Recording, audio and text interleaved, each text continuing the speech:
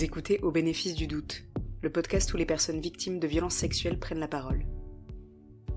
Cet épisode évoque des faits de violences sexuelles et de pensées suicidaires.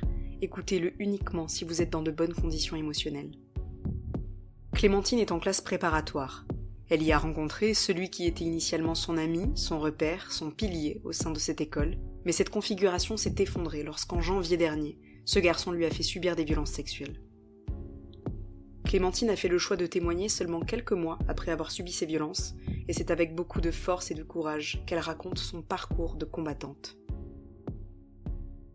Ce qui m'est arrivé, c'est au début d'année, cette année, par une personne très très proche de moi. On flirtait depuis pas mal de temps. Et tu me racontais que c'était prévu que tu lui cuisines quelque chose prochainement, et ça s'est concrétisé. Est-ce que tu peux raconter comment ça s'est passé ? Il m'a dit, mais du jour pour le lendemain, je veux un crumble pour demain. Je fais ok, pas de souci. On mange dans l'établissement ou on le mange à l'extérieur. Il me fait, bah je vais venir chez toi. Aucun problème. Il arrive, j'étais en retard. J'ai quitté en plus ses cours un peu plus tôt, donc normalement j'avais pas le droit, mais voilà. Il arrive, il regarde la porte et il va directement voir mon lit qui est en mezzanine. Il me demande s'il peut aller travailler dessus, donc bah, moi je dis oui, enfin, il y a rien derrière, parce que moi je le fais avec mes amis, il y a jamais rien eu. Je fais le crumble, et il me fait bah viens, j'ai pas envie de manger tout de suite, viens travailler à côté de moi, passe-moi tes cours d'une matière, et j'ai fait bon ok, je vais te les donner. Puis après, c'est un peu dégénéré, et je lui ai dit non, plusieurs fois, je tremblais, il comprenait pas, j'ai dit que c'était mon droit, il s'est arrêté, il m'a regardé, il comprenait pas du tout, et j'ai fait bah oui, mais je suis pas prête, c'est mon droit. Il m'a un peu manipulée en disant tu me fais pas confiance, je disais mais si, sinon je t'aurais pas laissé rentrer, et à un moment donné je me suis carrément dissociée, j'étais plus là, Ouais. j'ai fait ce qu'il me demandait. Après il fait on n'en parle pas, ça reste entre nous, t'en parles pas à tes amis, j'étais là ok. Il a recommencé juste avant de repartir chez moi, parce qu'on devait rentrer avant une certaine horaire. Il a recommencé, je n'ai absolument rien dit. Je rentre dans l'établissement et je cherche mes amis parce que j'en pouvais vraiment plus. Je les vois, je m'effondre, je commence à crier partout dans l'internat, je hurle et il y en a qui se demandent de ce qui se passe. Je vais manger, je ne mange pas. Je finis par raconter à une amie très proche de moi directement après ce qui s'était passé. Okay. Et on n'a pas tout de suite réalisé, parce que le lendemain j'ai fait un peu un blackout. J'arrivais plus à me souvenir de ce qui s'était passé. Et sauf qu'il est revenu le lendemain parce que je pensais qu'il venait s'excuser. Et il a juste recommencé, et il est reparti aussi vite qu'il est arrivé. J'ai appelé aussi une amie très proche, et j'en discutais, et je fais, mais je m'en souviens plus de ce qui s'est passé. Elle me fait, mais t'inquiète pas, va porter plainte. Je fais, mais je veux pas, parce que ce serait parole contre parole, et tout le monde sait qu'il y avait quelque chose entre nous. À un moment donné, j'ai fini par ne plus dormir, ne plus manger, et il y a des filles de ma classe qui ont remarqué, et qui m'ont dit, mais tu peux pas rester comme ça, va en parler à quelqu'un. Et je suis allée parler à un surveillant, mais super gentil, qui était très sensibilisé sur le sujet, vu que bah, sa compagne elle a un peu subi la même chose que moi et on avait le même prénom. Du coup, on a commencé à discuter, il était à distance, il a vraiment compris ce qui se passait tout de suite. Donc l'infirmière de l'établissement est venue, elle a essayé de me toucher, j'ai crié, je me suis cachée dans l'armoire, en fermant la porte, elle a essayé de me toucher et je suis partie en courant dehors, le surveillant m'a poursuivi, ils ont demandé à mes amis ce qui se passait, et en fait elle voulait pas en parler parce que j'étais pas là, c'était moi qui devais faire ce que je voulais. J'ai fini par dire d'accord d'aller à l'hôpital. On est allé à pied parce que je voulais pas prendre les transports en commun, c'était trop difficile d'être avec des gens. Ouais. On y arrive et je demande à passer en anonyme, parce que je voulais pas que mes parents soient au courant. Ils ont pas compris du tout, enfin, ils se demandaient pourquoi je voulais passer en anonyme. Finalement, je suis arrivée dans l'hôpital côté psychiatrie. Et on nous a entendus et je suis venue, elle me posait des questions. Donc je répondais oui ou non, et je me suis dit, mais c'est bizarre. Elle me pose des questions et j'ai tous ces symptômes-là. Elle me fait, mais en fait, t'es atteinte de stress post-traumatique. Parce que je ne pouvais plus rester en classe sans crier, sans hurler à chaque fois que un bruit ou quelqu'un passe au tableau. Même je partais en courant directement de la salle de classe, ça m'est arrivé ça plusieurs fois. Du coup, elle m'a proposé de rester dans l'unité psy 72 heures, parce qu'ils ont une unité spéciale. J'ai dit non, parce que on a un match entre différentes classes préparatoires de basket, et je voulais absolument y aller, parce que, bah, en fait, je luttais juste pour rester, pour y aller, en fait. Donc j'ai dit que je voulais y aller, du coup ils m'ont laissé sortir. Sauf que bah, après j'ai fini par faire des allers-retours entre l'hôpital et l'établissement scolaire, parce que on est dans le même établissement scolaire. Il connaissait mes habitudes, donc forcément après il voulait me parler parce qu'il voulait pas que j'en parle. C'était invivable et du coup j'ai fini par... c'était dans la même semaine, j'ai fini par aller porter plainte. Dans la même semaine Pas ce qui s'est non, passé. parce que j'ai fait blackout pendant 2 semaines. Ok, Et après, il m'a d'accord. dit je vais en parler. Il voulait un peu raconter que je disais n'importe quoi. C'est juste qu'il m'a envoyé un message en me disant en fait, tu me manipules, tu joues avec moi.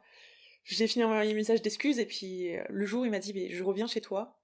Il y a tout qui m'est revenu en pleine figure. Et c'est à partir de ce moment-là que ça n'a pas été possible. Ok. Donc, ça a mis un peu. Dans la 3e semaine, j'ai été porter plainte et il y a tout qui s'enchaînait. J'ai demandé à avoir une femme pour porter plainte. Sauf que j'ai eu un homme, il m'a dit mais si tu fais pas avec moi, tu peux rester là toute la journée, il y aura personne qui va te prendre. Donc soit tu viens, soit t'attends et puis au pire tu portes pas plainte. Je l'ai regardé, je sais bon je vais venir. Enfin, je n'allais pas m'arrêter parce que je fais pas ça pour moi, je fais ça pour les autres. Parce que enfin j'ai pas envie qu'il recommence. Alors que je sais très bien que il peut recommencer et que je suis peut-être pas la seule. Finalement, ce policier, il a été très compréhensif, il m'a tout de suite cru. Il a travaillé dans une brigade spécialisée dans la prostitution et tout ce qui s'ensuit, donc il a dû en fait arrêter parce qu'au bout d'un moment, il en pouvait plus de m'écouter et il est parti de la salle parce que c'en était trop pour lui. Moi, je suis restée dans la salle. Ok.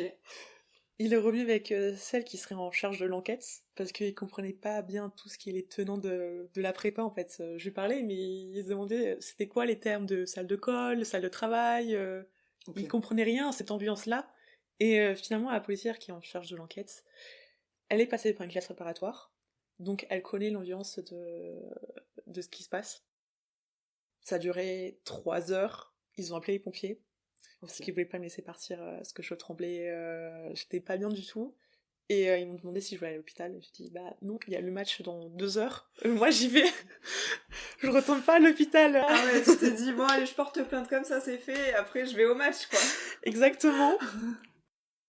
Ouais, je suis allée au match et puis, enfin, en plus dans la même soirée, je l'ai recroisé, j'étais pas bien, je me suis levée et je suis partie de la cantine carrément parce que donc c'est à partir de ce moment-là que, enfin, mes parents ils ont été au courant parce qu'entre temps il y avait eu des vacances. J'en ai parlé parce que le stress post-traumatique on peut pas le cacher. Ouais. Les médicaments on peut pas le cacher non plus parce que j'en ai beaucoup. Donc je leur ai dit et puis enfin mes parents ils m'ont dit pourquoi tu l'as fait rentrer, pourquoi tu l'avais pas poussé. Ils m'ont bloqué pour en parler et moi je leur ai dit mais en fait on n'en parle pas. J'ai pas envie d'en parler avec vous, je vous dis dans les grandes lignes ce qui s'est passé mais c'est tout, on en reste là. Et ils ont pas compris. Ils m'ont déjà bloqué dans ma chambre pour en parler. Je leur ai dit non. Et puis depuis c'est des pics du style qui ne dit rien acquiesce. Ça c'était violent, alors que je sais très bien que c'était dirigé parce que enfin on était qu'il y a que ma mère et moi dans la pièce et puis je sais très bien que c'est dirigé. Quand j'en parle avec ma sœur me dit aussi c'est dirigé à chaque fois, enfin c'était sous-entendu. Ouais, on a fini par demander une ordonnance de protection parce que dans le même établissement scolaire c'était trop en fait. Il était là, il se fait sentir qu'il est là, comme si en fait c'était lui qui contrôlait tout le jeu. Donc non, c'est pas lui, mais bon. Ouais, après il a essayé encore de faire après l'intimidation. Parce que du coup, il y a eu une audience... Ouais, pour une ordonnance de protection. Et il arrive en costard-cravate. Vraiment, je l'ai vu arriver, j'ai fait, mais pourquoi il arrive en costard-cravate? Toutes les autres personnes qui étaient là, à part les avocats qui étaient en robe, étaient habillés normalement. Lui, il arrive en costard-cravate. Et il y avait la stagiaire, mon avocate, qui a vu que j'étais pas bien du tout. Enfin, je vais pas me retrouver à la même pièce que lui. Enfin, déjà le voir, pour moi, c'est insoutenable. La juge, elle appelle, j'arrive, je raconte tout, puis elle me fait pose des questions. À un moment donné, je suis obligée de sortir de la salle d'audience parce que son avocate, elle le défend quoi. C'était trop pour moi, enfin j'ai failli vomir, je suis sortie, je me suis effondrée en larmes dans le couloir. Il était juste au bout du couloir. Je suis rentrée dans la toilette, j'ai commencé à pleurer et je pense qu'il m'a entendu parce que quand on est ressorti, il était encore là. Mais je suis revenue dans la salle et on est sorti, je pense, à peu près au bout de 15 minutes. En fait, il avait changé de place. Donc je pense qu'il m'a entendu pleurer parce que, enfin, à un moment donné...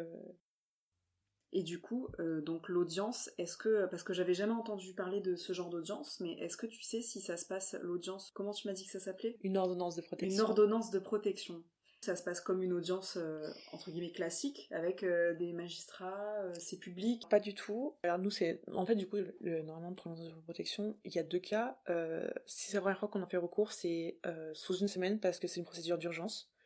Pour mettre tout de suite la victime à l'abri, en fait. Nous, je crois, mon avocate, elle a déposé le lundi, il a reçu le papier le mercredi, et l'audience a été le vendredi matin.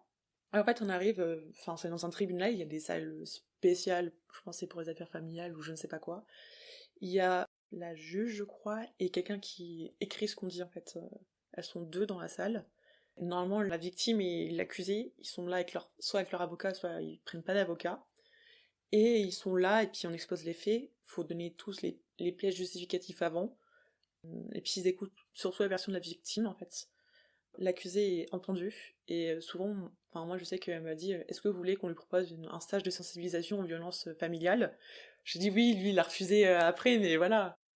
Les 2 parties en fait en commence audience, les 2 parties disent ce qu'ils veulent, par exemple interdiction d'approcher, interdiction de se rendre dans tel lieu, et l'autre partie demande, dit que c'est n'importe quoi, le rejet de la pièce numéro un tel pour tel truc. Ouais, et après ils demandent, bon bah du coup on a exposé les faits dans les grandes lignes. Par contre, faut prouver, ce qui est un peu chiant, faut prouver un lien de conjugalité entre les 2 personnes, sinon ça ne fonctionne pas. D'accord. Alors que en sachant que j'étais pas en couple. Un lien de conjugalité, ça veut bien dire, est-ce que ces personnes-là sont en couple? En couple, on peut être en couple mais pas vivre ensemble, sauf que, bah, on flirtait quoi. Ouais. On n'était pas un couple, enfin, Ouais. même si on passait tous nos journées ensemble, enfin, il y avait rien d'officiel, il y avait rien, enfin moi il m'avait dit mais moi je me mets pas en couple avant la fin de la prépa, je fais ok d'accord, puis lui il est arrivé à l'audience, son avocate elle lui dit mais ils étaient un jeune couple. Et là je me dis mais dans quel monde on vit, enfin moi il m'avait dit non, parce qu'en fait on peut obtenir l'ordonnance que s'il y a un lien de conjugalité prouvé par les 2 parties qui sont d'accord. Donc c'est un peu illogique, parce que pas forcément, enfin ça peut être un ami très proche qui nous agresse, ça peut être quelqu'un d'autre, et puis enfin je vois pas l'objectif de l'ordonnance de protection, c'est pour protéger la victime, c'est pas pour et je vois pas pourquoi, et en fait c'est dans le règlement français, enfin il y a le préfet je crois qui donne une lettre, enfin qui écrit un papier en disant que oui il est d'accord, ou sinon il est pas d'accord, enfin il est favorable ou pas favorable. Moi il était favorable, mais il fallait prouver le lien de conjugalité, ce que son avocate à lui a tout de suite prouvé. Donc voilà. Enfin, même lui, il a mis dans les pièces à conviction une photo de nous 2 enlacés. Oui, oui, il a fait bah oui, on était proches. Oui, on était proches, mais enfin, ça excuse pas tout. Il a même mis ses bulletins de notes pour faire élève modèle, ses inscriptions aux grandes écoles. J'étais là, mais à quel moment c'est le gentil petit qui vient en costard cravate? Il était venu avec sa mère. Et puis comme si un gentil garçon voilà. qui a des bonnes notes ne pouvait pas voilà. être un agresseur. Puis enfin, ça prouve que on se connaissait. Il met la photo de nous 2 que je vais refaire en plus pour son anniversaire. C'était ouais, il a fourni le cadre photo, j'étais là mais bon. Il essaye de trouver des trucs qui vont dans son sens, mais enfin, il y a rien qui va dans son sens. Après ça a été vite, et le verdict a été rendu, je n'ai pas eu l'ordonnance. La juge a dit que oui, il y avait eu des violences psychologiques, mais il n'y avait pas de danger dans les médias qui recommence. Et que, oui, enfin, parce que je me suis gratté les mains jusqu'au sang, enfin, il en reste encore des cicatrices quand il est venu s'approcher de moi, et que, bah, en fait, il n'y avait pas forcément besoin, et que j'ai dû retourner chez mes parents pendant 10 jours, le temps que les médicaments fassent effet. Et que, en fait, elle avait juste la situation que moi, j'étais pas dans l'établissement, et que lui, il y était, et que, du coup, il n'y avait pas de danger. Du coup, bah, j'aime bien son rapport, c'était, oui, les violences sont vraisemblables, oui, oui, oui, mais non, en fait, jugement positif pour lui. Après ça, mon avocate, elle nous a dit que oui, on peut faire appel, de toute façon on allait gagner, vu ce qu'on avait, les témoignages, les comptes rendus médicaux, les plaintes qu'on a gagnées. Elle fait mais ça passera avant juin, parce que nous l'année elle se termine là. Donc on dit d'accord. Et puis il y a pas si longtemps que ça, je crois, c'était la semaine dernière, elle nous recontacte en disant que bah oui, l'audience c'est le 26. Mais le 26, l'année scolaire est finie, je serai plus là. Ouais. Et alors qu'elle nous avait promis, enfin, on a engagé beaucoup de frais pour faire appel, enfin, on est obligé de payer les huissiers, les juges. Enfin, moi je comprends pas, enfin, elle nous l'a promis, à ce moment-là, elle n'avait pas qu'à nous le promettre, enfin. Bon, bah, on arrête là l'appel, parce que de toute façon, on risque de reperdre là, parce qu'on n'a pas envie de se prendre un deuxième refus pour après. J'étais là, mais d'accord, mais à quel moment, enfin, vous nous l'avez promis, enfin. oui, mais au moins vous montrez votre mécontentement. Oui, mais enfin, l'avocat ça coûte cher, les frais qu'on a. Puis lui, il est là, il vit sa vie, il fait de l'intimidation, il continue à faire son intimidation. Enfin, l'établissement scolaire n'a rien voulu faire.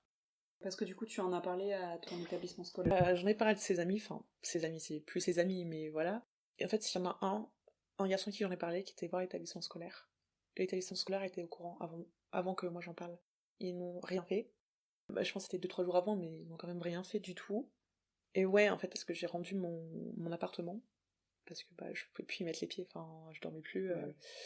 Donc, enfin, je pouvais pas retrouver un logement pour 3 mois, du coup, bah, je suis passée à l'internat, et il y est, dans le même couloir.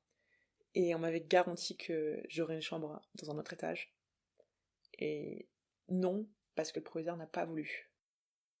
Donc on est dans le même étage. Alors que lui, il avait dit à la juge, oui, bah de toute façon, on n'est pas aux mêmes étages pour nos cours. On n'est pas dans la même classe. Oui, très bien, mais enfin, dans l'établissement scolaire, t'as pas les cours que dans une seule salle. Enfin, on change. Oui. Enfin, tu vas au réfectoire pour manger le midi, j'y suis aussi. Du coup, si je comprends bien, donc la décision de justice, c'est juste pour du coup une ordonnance de protection. Mais du coup, c'est pas forcément en lien avec la plainte que tu as déposée. La plainte est jointe au dossier, mais pour l'ordonnance de protection, en fait, ils prennent en compte la globalité des faits, le danger immédiat, mais ils prennent pas en compte les procédures qui en cours. Par exemple, si j'avais eu l'ordonnance de protection, ça aurait été un plus du coup pour mon dossier. D'accord. Mais là, on l'a pas eu. Ok. Mais de toute façon, le compte rendu, il est positif pour moi, mais je l'ai pas eu quand même. Enfin, le dossier est en cours, il va pas être entendu avant septembre. Parce que j'ai pas l'expertise psychologique des IMJ, enfin des IMJ. Moi, c'est en septembre, du coup, bah. Donc, pour l'instant, il vit sa meilleure vie. Il va peut-être aller dans dans une grande école qu'il veut. Puis moi, je suis là, enfin, alors, je vis avec les conséquences de ce qu'il a fait. Toi, t'as été accompagnée par une avocate. Ton avocate, tu l'as trouvée comment Bah, du coup, c'est mes parents qui ont regardé, ils m'ont fait, bah, tu l'appelles. Ils m'avaient fait une liste, donc j'en ai appelé une. Pas spécialement spécialisée dans ces affaires-là, mais elle était là, enfin, dans la même ville en fait où j'étais portée plainte. Du coup, bah, c'était un peu pratique d'aller la voir. Mais je me demande si je vais pas changer parce que bah, elle a fait pas mal de boulettes. Alors, je réfléchis. Enfin, elle nous promet des choses qu'elle ne le fait pas. La veille de l'ordonnance de protection, elle nous demande des papiers, mais on les a pas. Enfin, on peut pas les obtenir du jour pour le lendemain. Surtout qu'elle nous appelle à 20h. Et le lendemain, on devait y être pour 9h au tribunal. Enfin, là, je trouve que c'est des sacrées boulettes. Il y a un des mails qui s'est perdu, donc elle a pas reçu ce que je lui dis, donc bah, vous pouvez pas demander à l'établissement scolaire leur témoignage, parce que nous, on n'avait pas le droit de faire, c'était à l'avocat de demander. Même sa stagiaire a été beaucoup mieux qu'elle, en fait. Mais sa stagiaire, elle va faire dans le droit des entreprises, donc pas du tout, aucun rapport. Ok. Donc sa stagiaire était beaucoup plus impliquée dans le dossier qu'elle. Parce que c'est comme moi, j'ai dû donner tous les enregistrements audio, j'en ai parlé à mes amis. Les captures d'écran, c'est moi qui lui ai donné. Il faut garder les factures des médecins, factures des psychologues, facture des psychiatres, tout ce qui est passage aux il faut tout garder. Moi je garde aussi mes résultats d'analyse sanguine parce que, enfin moi ça disait n'importe quoi, mais parce que je mets tout dans le même dossier du coup, parce que pour moi c'est un tout, tout ce qui est médicaments, tout ce qui est ordonnance. Les ordonnances aussi ils les veulent. Moi j'ai montré mes photos de mes mains, enfin ils ont pris en photo mes mains parce que je m'étais grattée jusqu'au sang quand ils étaient à côté de moi, donc bah forcément ils prennent en photo tes mains. Si on n'a pas envie de reporter tout de suite, faut tout garder pour après. Moi personnellement c'est moi qui un peu tout fait le travail à la place de mon avocate. C'est moi qui ai demandé à mes amis des attestations de dire ce que je leur ai raconté. C'est moi qui ai demandé à l'établissement mes passages à l'infirmerie et tout, qu'ils n'ont pas voulu donner, alors que c'était à l'avocat de le faire. J'ai tout remis sur une clé USB qui lui est donnée. Puis elle m'avait jamais posé la question de fallait garder les vêtements. Alors que les vêtements ou les draps, faut les garder. Faut leur donner, mais moi on m'a jamais dit ça. Alors que maintenant je sais que si ça devrait arriver à quelqu'un d'autre, je lui dis mais faut tout garder, faut que tu donnes tout de suite. Je pense après mieux serait peut-être d'y aller tout de suite, mais enfin, le stress post-traumatique il apparaît pas tout de suite. Et moi ça apparaît au bout de une semaine et demie, donc les conséquences après tu les vois pas tout de suite si tu passes directement par l'institut psychologique judiciaire quoi. Donc après comment il va évaluer ça, évaluer si tu dis ce que c'est vrai ou c'est faux, enfin de toute façon le stress post-traumatique on peut pas le cacher, ça se voit, on peut pas le cacher. Ça c'est le seul truc devient moi je me dis mais heureusement que j'ai ça, comme ça on me croit plus parce que tu peux pas le cacher, c'est forcément lié à un traumatisme donc. Et finalement il y a une brigadière qui m'appelle en disant mais vous savez que vous avez rendez-vous à telle date pour les IMJ? Bah non. Bah votre avocate vous a pas prévenu? Non. Est-ce que vous savez quand vont arriver vos pièces complémentaires, on n'a rien reçu? Bah je sais pas, j'ai tout transmis à l'avocate. Donc j'envoie un mail à l'avocate, elle me fait mais je les ai transmis au parquet, donc si vous voulez je transfère aussi au commissariat. Bah oui en fait. Puis c'est la brigadière qui me dit que bah pour l'instant l'enquête est en suspens, parce que le temps que j'ai pas mon expertise psychologique, il va rien se passer, ils vont entendre personne. Et mon enquête elle m'a dit que peut-être en septembre, après mon expertise, il sera peut-être mis en détention provisoire. Donc on verra en septembre. Et là, du coup, bon, t'as déjà commencé à m'évoquer les choses qui n'allaient pas, du coup, dans cette procédure, mais est-ce que t'as une série de choses qui, toi, te paraissent aberrantes dans ton parcours judiciaire et que t'aurais aimé changer? Et si tu aurais aimé les changer, qu'est-ce que t'aurais aimé à la place? Pas attendre 6 mois pour une expertise psychologique, parce que moi je prends beaucoup de médicaments pour atténuer les symptômes de stress post-traumatique. Du coup, en fait, les symptômes sont moins présents, ils sont encore là, mais ils sont plus aussi visibles qu'au tout début. Enfin, attendre 6 mois, t'as 6 mois, on a le temps de faire. Enfin, je suis suivie par une psychologue et une psychiatre. Du coup, on a le temps de faire évoluer les choses. Alors, 6 mois, il peut se passer beaucoup de choses. Enfin, moi, je sais que je sursaute plus, un peu moins, mais qu'au début, enfin, le stress post-traumatique, c'est vraiment atténué parce que je prends quand même beaucoup, beaucoup de médicaments, j'en ai 10 par jour à prendre, donc. Enfin, les troubles du sommeil, c'est pareil. Enfin, on a essayé plein de médicaments, ça ne fonctionnait pas, donc là, je suis passée au sédatif. Parce que, enfin, j'arrivais pas à dormir. Je me réveillais tout le temps en sueur, paniquée, même me coucher dans un lit, c'était très, très difficile pour moi. Je me dis, à quel moment attendre 6 mois? Alors, pour voir les conséquences, on les voit directement après, les conséquences. Même 6 mois après, ils sont encore là, mais c'est moins fort. La date, j'aurais mis tout de suite après porter plainte, pas attendre 6 mois. Et heureusement que pendant 6 mois, t'as pas les mêmes symptômes que 3 jours après, en fait. Sinon, mais moi, le corps ne supporterait pas. Non, mais moi, ça les symptômes crescendo. Au début, il y avait pas grand-chose, puis après, c'est monté en flèche. J'ai perdu 10 kilos. Je dormais plus que 1 heure et demie par nuit. Là, mes nuits, c'est encore très compliqué, mais en vrai, je dors quand même plus qu'avant, mais ouais, c'est compliqué. Enfin, sous quelques médicaments que moi je prends personnellement, je dois passer d'autres examens complémentaires parce qu'il peut avoir des effets indésirables graves. En fait, on enchaîne les rendez-vous médicaux, il y en a tout le temps. Lui, il est là, il a rien. Enfin, moi, j'aurais tout rapproché en fait parce que. Enfin, moi, ils m'ont dit, mais t'as pas les vêtements que tu portais? En vrai, je les avais pas encore lavés quand j'étais portée plainte. Et ils m'ont rien demandé. Après, je les ai lavés. Puis surtout que, enfin, moi, c'était un oral, quoi. Donc, il n'y a pas de preuve. Enfin, à part dire que, enfin, retrouver son ADN sur mes vêtements, mais enfin, ça ne prouve strictement rien. Oui, mais pourquoi t'es pas allé tout de suite? Bah, comment veux-tu prouver quelque chose dans le style? Enfin, quand ils te forcent à avaler, ils te bloquent. Tu peux rien faire d'autre que. Et puis après, surtout que, ils vont probablement, c'est sûr, hein, faire une confrontation. Je retrouve la même pièce que lui, mais je me dis, mais comment je vais le supporter? Enfin, je sais que j'ai préparé, mais. Enfin, j'ai pas jamais prête pour me retrouver à moins de 5 mètres de lui, quoi. Chaque fois, moi, je le vois, en ce moment, j'ai vraiment envie d'aller lui verser un pichet d'eau sur la tête. Parce que soit j'ai envie de partir en courant, soit j'ai envie d'aller en même temps lui verser un pichet d'eau sur la tête. Et j'ai des amis qui ont fait, mais en fait, vas-y, tu fais semblant de tomber, et puis nous, on sera là à côté en disant, oui, oui, t'es bien tombée, elle a bien tombé. Puis, enfin, lui, il me fixe, et j'ai l'impression de perdre une bataille parce que à chaque fois, c'est moi qui détourne le regard. La première, puis lui, il continue. J'ai l'impression de le laisser gagner. Ouais, mais il sait très bien ce qu'il fait en faisant ça. Il sait très bien que du coup tu vas détourner le regard parce que. Mais il se tient en distance. Il sait très bien que pour l'instant il se croit tout puissant, mais il sait la limite à pas franchir pour pas qu'il soit tout de suite mis en garde à vue. Enfin, on peut rien faire. Je suis allée me plaindre, bon, on peut rien faire à part que. Ouais, si tu changes de place, il change aussi de place. Bah non, en fait, il se lève, il va se balader, il me fixe, enfin, il va pas se rapprocher exprès. Il sait très bien ce qu'il fait. Même l'intimidation qu'il a fait avant que j'aille porter plainte, enfin. Il y a tout le monde qui le sait. Parce que j'en ai parlé du coup des gens de sa classe et de ses anciens amis. Et ils sont allés le voir, et à ce qu'ils étaient en colère, ils font mais on peut pas garder ça pour nous, faut que nous on en parle, et même on va lui en parler. Je dis mais moi j'ai envie juste qu'il reconnaisse ce qu'il a fait, parce qu'ils s'en rendent pas compte.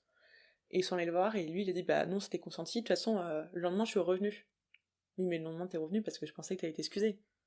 Le soir même il est un peu poursuivi dans les couloirs pour que j'en parle, et moi, il y avait des mecs dans une salle, je suis rentrée, j'ai fermé la porte, j'ai fait, va fermer la porte du fond, je veux pas qu'ils rentrent. Donc ils étaient tous là, et puis il est revenu 2 ou 3 fois. Et moi, à chaque fois, je partais en courant me cacher dans la chambre d'internat d'une amie, on fermait à double tour. C'était course-poursuite, quoi, un peu. C'était le jeu du chat et la souris tout le temps, quoi. Et du coup, tout à l'heure, tu me disais ses amis qui ne sont plus ses amis, donc ça veut dire qu'il y a des gens qui lui ont tourné le dos par rapport à ça? Il lui avait déjà tourné le dos avant, parce qu'ils étaient pas d'accord avec comment il se comportait avec certaines filles. Un de ses anciens amis, du coup, qui était en couple avec une fille, et il lui a déjà forcé à la fille à lui faire la bise en lui prenant pour les hanches, alors que la fille, elle reculait et tout. Donc ils se sont un peu disputés par rapport à ça. Et en fait, ça l'a même pas étonné de ce que je lui ai raconté. Il m'a tout de suite cru, parce que je pense qu'il savait des choses, il m'a fait, mais il se comporte mal envers les filles. J'étais là, mais à quel moment tu m'as pas prévenu? Enfin, il savait qu'on travaillait tout ensemble, même si on n'était pas des mêmes filières, mais il y a eu de l'entraide en fait. Enfin, à un moment donné, quand on travaille de 7h à 23h ou minuit, forcément, on est obligé de travailler avec quelqu'un pour pas lâcher. Enfin, c'était mon pilier, quoi. Pour plus de détails, l'agression, enfin les viols, ils ont eu lieu cette année scolaire ou cette année Cette année, en janvier. Parce que, enfin si je peux me permettre, hein, mais je te trouve extrêmement courageuse et forte. C'est assez rare qu'on puisse parler de tels faits en fait si peu de temps après. Ouais, mais enfin, il y a tout le monde qui me dit ça, mais en fait, j'ai juste pas envie qu'il recommence parce que je sais qu'il peut recommencer et qu'il y a d'autres filles qui m'ont contacté pour me parler et que du coup, je crois que je ne suis pas la seule. Et enfin, il dit toujours bonjour à beaucoup de filles, enfin, il les contacte, donc à un moment donné, je me dis, il a le temps de recommencer. Et je le fais même pas pour moi, je le fais pour les autres. Enfin, après, pour l'instant, je me fixe l'objectif des concours, donc je pense que c'est pour ça que j'ai tenu. Parce que, bah, passer 2 ans en prépa pour rien, enfin, on m'a dit d'arrêter, j'ai fait, bah, je vais pas arrêter, il reste 3 semaines de cours avant les concours, je vais pas arrêter maintenant, enfin, arrêter, ça signifiait, bah, pas faire ce que je veux. On peut lui donner raison quand même, parce que, bah, c'est comme s'il gagnait, en fait. Ouais, enfin, lui, il peut continuer. Bah ouais. Surtout que c'est une personne qui va rentrer en école d'ingé. Et on parle beaucoup des viols en école d'ingé. Alors que, non, en fait, je pense que ça commence avant en prépa. Mais on en parle moins parce qu'on est tellement focus sur les concours que comme moi j'ai oublié tout de suite après. C'est juste que quand il voulait revenir, il y a tout qui m'est revenu, mais enfin, ça, il doit se passer avant l'école d'ingé. Il doit en avoir aussi. Donc la prépa, c'est quand même un lieu très fermé. Si on vit pas la prépa, on ne sait pas ce que c'est. Il y a toutes les filières qui sont toujours ensemble tout le temps, on travaille tout le temps. Moi, je rentrais chez moi, mais juste pour dormir. J'étais tout le temps là. De 7h à 23h, j'étais là-bas. Même chez moi, je travaillais encore. Forcément, on crée des liens avec d'autres personnes qui travaillent tard pour travailler ensemble dans une même salle de travail ou dans une même salle de colle ou de DS. Enfin, voilà. On est tous là comme des acharnés à travailler 12 heures par jour. C'est ces gars-là qui rentrent après en école d'ingé.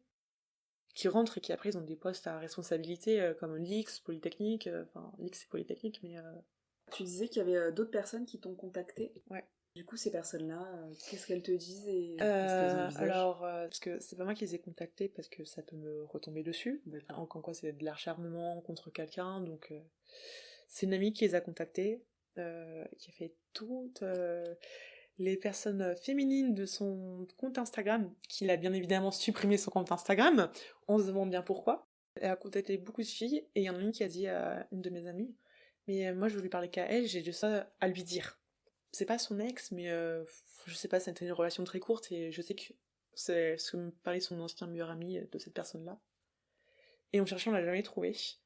On n'avait pas le bon prénom, mais en fait, cette personne-là, elle a son contact. Du coup, on doit se voir toutes les trois, sauf que l'autre fille, elle est aussi en prépa. Du coup, elle a pas le temps, avec les euros qui approchent, de venir me voir. Du coup, j'en vois qu'une sur les deux, la semaine prochaine, à voir si ça peut faire avancer le dossier. Mais dans tous les cas, elle m'a dit que... Enfin, elle était outrée par ce qu'il m'a fait. Enfin, ça se voit que dans ces messages qu'elle m'envoie, qu'elle me croit. C'est qu'il doit y avoir des indices... Je fais un truc un peu à part, mais je sais pas si tu as vu des fois sur mon compte Instagram, je partage le compte Collective. Je sais pas si tu connais. Non. Il y a le Collective et il y a le collectif féministe contre le viol, à qui tu peux donner le nom de la personne qui t'a agressé. Et en fait, elles font un appel à témoignage anonyme, donc sans donner ton nom, sans donner son nom, mais avec des caractéristiques où si toi t'as été victime et que tu vois cet appel à témoignage, tu dis ah, c'est peut-être mon violeur en fait. Par exemple là, elle pourrait sans doute mettre un garçon, 20 ans, étudiant dans telle école, serait potentiellement un violeur, un agresseur.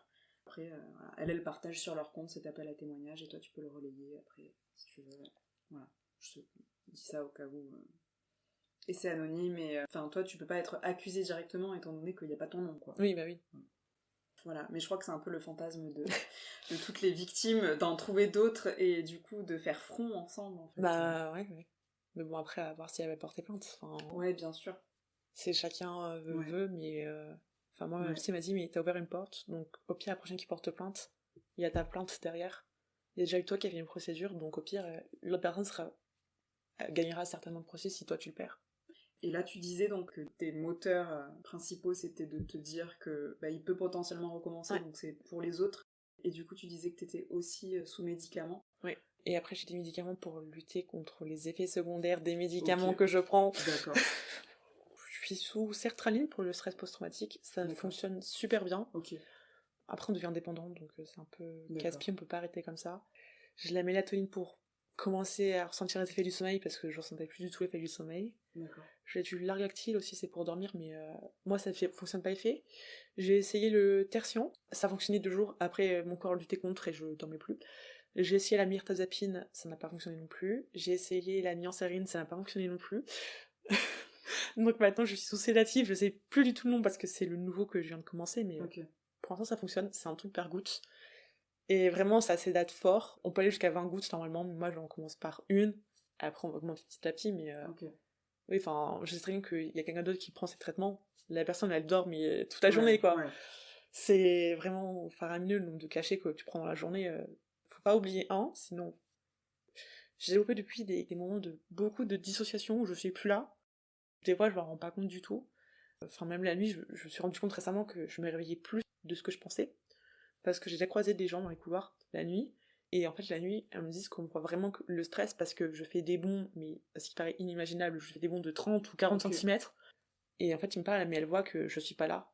J'en ai parlé à ma psychiatre, elle a pas l'air plus inquiète que ça, mais ma psychologue elle était quand même inquiète parce qu'elle fait c'était dû au médicament, mais enfin le médicament que je prenais pour dormir, je le prenais déjà plus parce que ça faisait pas effet, et puis j'arrivais plus à suivre les cours, mais j'ai l'impression que la psychiatre, je pense que j'ai changé parce que elle était pas du tout... elle était pas inquiète.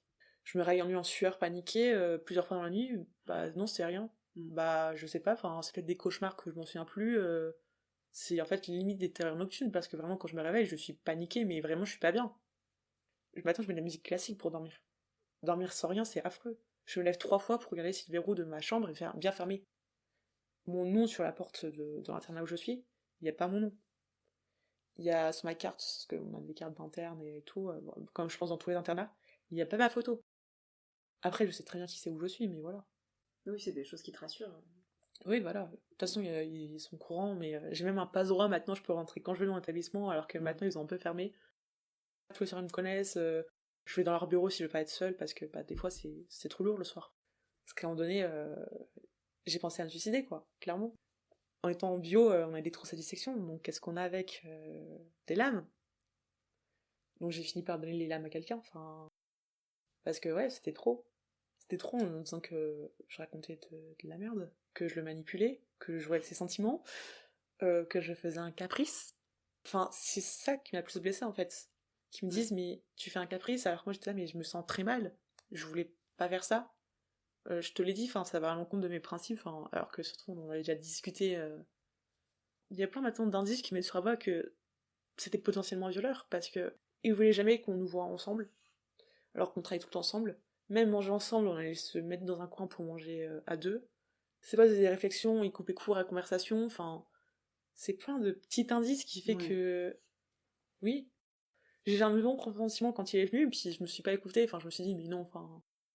Enfin, il va travailler sur ton lit, ça en sait rien, enfin, ton bureau, il est en bazar pas possible, t'as tout étalé dessus, donc il peut pas travailler sur le bureau. Il peut pas, toi, tu cuisines, donc tu peux pas ranger en même temps que tu fais le dessert, enfin... Enfin, personne s'imagine ce genre de situation, en fait. C'est normal que tu y aies pas pensé et que ce soit après coup. C'est toujours rétrospectivement que tu te refais le film et que tu te dis, ah ouais, forcément, là, oui, c'était un indice, mais c'est tellement improbable, en fait, qu'il arrive ça avec quelqu'un avec qui t'es en confiance que bien sûr que tu pouvais pas imaginer l'inimaginable, en fait. Et c'est normal. La confiance que j'avais en lui, c'était absolue, c'était un pilier. En prépa, enfin, il y avait 2 grands piliers, il y avait lui et une de mes meilleures amies. J'ai des personnes qui m'ont tourné le dos, hein, en disant mais Ah c'est ouais. trop lourd à porter, moi c'est les concours qui priment pour plus que tout. Une personne en particulier ne m'adresse plus la parole. Je lui dis bonjour, elle me répond plus, elle ne mange plus avec nous, elle a coupé les ponts avec tout le monde. Je sais pas comment elle était au courant, mais elle m'a dit mais moi dès que t'es revenu le soir, je le savais. Mais pourquoi tu m'en as pas parlé? Enfin, tu voyais très bien que je mangeais plus, que je dormais plus et tu m'en as pas parlé. T'es resté là en faisant comme si tout va bien alors que je m'enfonçais jour après jour. Elle savait et elle a rien dit. Enfin, moi c'est fou, ça arrive à quelqu'un et je vois ce qui se passe, enfin, j'en parle. Tu la laisses pas toute seule dans son coin, Ouais. c'est assez violent quand même. Enfin, elle est restée là à faire comme si tout allait bien. Et c'est en ça que souvent les conseils qu'on se donne les unes les autres, ou que moi ma psy m'a donné, ou même mon avocate, c'est de toujours s'entourer des bonnes personnes en fait. Et malheureusement, bah, c'est dans ces moments-là que t'as des déceptions, mais en même temps, ben, c'est que cette personne-là, elle est pas prête pour Oui. pouvoir t'aider, pour t'apporter ses ressources et ton aide, donc tant pis, il vaut mieux que ce soit Elle m'aurait dit, mais je elle veux pas en seule. parler avec toi, Ouais. on parle que des cours. Bah ouais. Moi, ça m'aurait très bien Mhm. été. Enfin, elle m'a même pas demandé, elle a coupé court à Ouais. tout. Même me dire bonjour, ça ne lui coûte absolument rien. Ouais. Elle me répond même pas, enfin, pour des trucs de base de politesse, enfin, c'est Ouais. très perturbant, enfin. Moi, mes profs m'ont dit, mais on a cru que t'allais arrêter parce que c'était pas possible pour toi d'envoyer. T'as de la chance d'être admissible dans quelque part, parce que nous, on n'y croyait pas. Tes profs sont au courant? Enfin, j'en ai parlé entre les grandes lignes, mais l'administration m'en aura parlé. Parce que, Ok. bah, forcément, enfin, quand on atteint le stress post-traumatique, quand on part en courant de la salle de cours, c'est qu'il y a un problème. Quand les profs s'approchent de toi et que tu sursautes, quand ils veulent te poser la main sur toi en disant mais j'ai pas fait exprès, je me recule encore plus vers ma voisine de classe, j'étais à deux doigts de me cacher sous la table. Enfin, il y a un prof au début qui comprenait pas ce qui se passait. Et moi j'étais incapable de lui expliquer. Parce que sa matière, c'était sa matière pourquoi il était venu réviser chez moi et que je lui avais filé mes cours. On avait le même prof en plus, enfin, la même matière, et du coup pour moi c'était très dur d'aller dans ce cours-là. Et il comprenait pas pourquoi il me dit j'ai des grands sursauts et tout. Dans la classe, je pense qu'il y a tout le monde du coup, qui est au courant ou qui se doute. C'est quelqu'un qui a dû lui dire mais excusez-moi monsieur, enfin c'est pas grave, elle a juste eu peur. Il a continué son cours et quand je suis revenue après mon hospitalisation, il était là mais oui, vous voulez parler à la fin du cours? Oui, t'es trop courageuse de rester, machin. J'étais là, mais j'ai pas envie d'en parler avec vous. Et il me parle et j'avais juste qu'une idée en tête, c'était de partir de la salle parce que Ouais. je voulais pas en parler avec lui. J'en parle avec les gens que je veux et... Enfin, il a pas vu que ça me mettait très très mal à l'aise. Enfin, si j'étais pas venu le voir tout de suite à la fin du cours, c'est que j'avais pas envie d'en parler. Et il m'a quand même, après, dit, viens, merci, mais non, enfin, stop, quoi. Ouais, c'est difficile à comprendre, je pense, pour l'entourage, que bah, il y a en effet des gens avec qui on n'a pas envie d'en parler, et que là aussi il y a un consentement à valider en fait avec la Ouais. personne. Mes Juste de parents, ils comprennent demander. pas. Ils comprennent absolument pas. Enfin, moi, j'allais dans l'optique, j'allais tout seul à l'ordonnance de protection. Ils sont venus, et puis arrivés dedans, je vois leur posture, je vois comment ils sont un peu énervés et tout, et je fais, mais vous rentrez pas avec moi, vous restez là. Ils font, ok, d'accord, tu vas toute seule. J'y vais toute seule, et finalement, 10 minutes après, ils rentrent. Ils voulaient m'accompagner jusqu'à la salle d'attente de l'audience, j'ai fait, mais non, en fait, vous restez là. Quand je suis rentrée chez moi le soir, je me suis fait engueuler. Ils m'ont dit, mais on était là pour toi, pourquoi tu nous as refoulés mais oui, je voulais pas que vous soyez là, enfin, vous voyez pas dans quel état ça me met, enfin, il y a toutes les émotions que vous dégagez, même j'ai pas envie d'en parler avec vous, enfin, moi, ils m'avaient dit, on n'en parle pas, oui, finalement, ils m'ont pas écouté, enfin, ils m'ont dit, d'accord, on n'en parle pas, et puis, ils ont quand même bloqué, ils ont quand même fait ça, ils veulent tout savoir des procédures, mais du coup, c'est moi qui récupère tous les documents, ils ont pas accès, mais ils veulent savoir, mais moi, ils sauront jamais, enfin, moi, je suis Bah pas oui. dans l'optique de leur dire. Que, ouais, après, il y a le jugement derrière. Enfin, déjà, il y a le jugement, t'as fait une connerie de le laisser rentrer. Ça aurait très bien pu arriver, je pense, dans la prépa même. Enfin, des fois, on était tous les deux tout seuls dans le... Parce qu'il y a le sous-sol, il y a des salles de classe et tout. Donc, tous les deux dans le sous-sol le soir, il y avait plus personne. Hein. On était que deux. Donc, je me dis, ça aurait très bien pu arriver là-bas. Puis ça, ils comprennent pas. Puis ma soeur à côté, enfin, ils pensent qu'elle est pas au courant. Enfin, ils l'ont dit dans les grandes lignes. Et puis moi, j'en parle plus à ma soeur. Pas dans les détails non plus, mais je parle à ma soeur par exemple de la procédure ou des médicaments que je prends. J'en ai déjà parlé avec ma psy, elle fait mais ils sont en train de détruire tout le travail qu'on fait là et ils le détruisent petit à petit. Oui bah c'est comme ça, enfin moi j'attends l'année prochaine pour me parer de là, puis on verra l'année prochaine. Enfin, en fait moi je fixe des objectifs et j'avance par rapport à ça, enfin je vois au lointain. Parce que sinon, regarde de présent, il n'y a rien à faire quoi. Est-ce que tu as des conseils à donner, ou des revendications que tu as envie de dire, ou de pas garder le silence. Moi, j'en ai tout de suite parlé, parce que ça m'avait libéré d'un poids, mais je me dis, j'aurais dû aller porter plainte tout de suite, dans la foulée. En vrai, si on a pas envie de porter plainte, c'est son choix, mais je trouve que c'est mieux, parce que au moins il va être fiché, et s'il y a quelqu'un d'autre qui vient après, il y aura déjà une trace. Mais c'est pas obligé, enfin, porter plainte, moi je l'ai fait. J'ai eu de la chance de tomber sur quelqu'un qui m'a cru. J'aurais peut-être dû insister pour avoir encore une femme, mais ouais, les procédures judiciaires c'est long. Je me dis, est-ce que maintenant que je sais que dans 6 mois j'ai ça, est-ce que je le ferai encore, parce que on traîne comme un boulet en fait. Tu le traînes jusqu'à temps que ce soit fini. Et moi ça risque de prendre encore très très longtemps. Et en quoi c'était important pour toi de témoigner, de participer au podcast? Alors parce que moi j'ai écouté pratiquement tous les épisodes sauf ceux qui traitaient de la pédocriminalité. Je me suis dit ça c'est pas pour moi. Ouais. J'ai écouté et je me suis dit mais ça m'a fait vachement de bien en me disant que oui on a beau se sentir coupable mais c'est pas nous. Et que oui on peut entendre que notre violeur nous manque. Parce que moi c'était quelqu'un de très important et oui il me manque mais moi je pourrais jamais lui reparler normalement mais oui c'était quelqu'un de très très important pour moi. Ça m'a fait tellement du bien mais après j'ai écouté je me suis dit mais il y a pas quelqu'un qui est en plein dedans. En plein dans la procédure. Et c'est pour ça que je me suis dit, bah, pourquoi pas témoigner en tant que je suis en plein dedans et que c'est très récent. Quand j'écoutais les podcasts, c'était vraiment des gens qui c'était de 2 ans, voire plus. J'étais là, mais il y a personne qui est récent. Ça pourrait peut-être débloquer les trucs chez certaines personnes. Le courage d'en parler au moins, ou d'aller voir un psychologue, ou d'en porter plainte en fait. De pas rester seul avec ce qui s'est passé.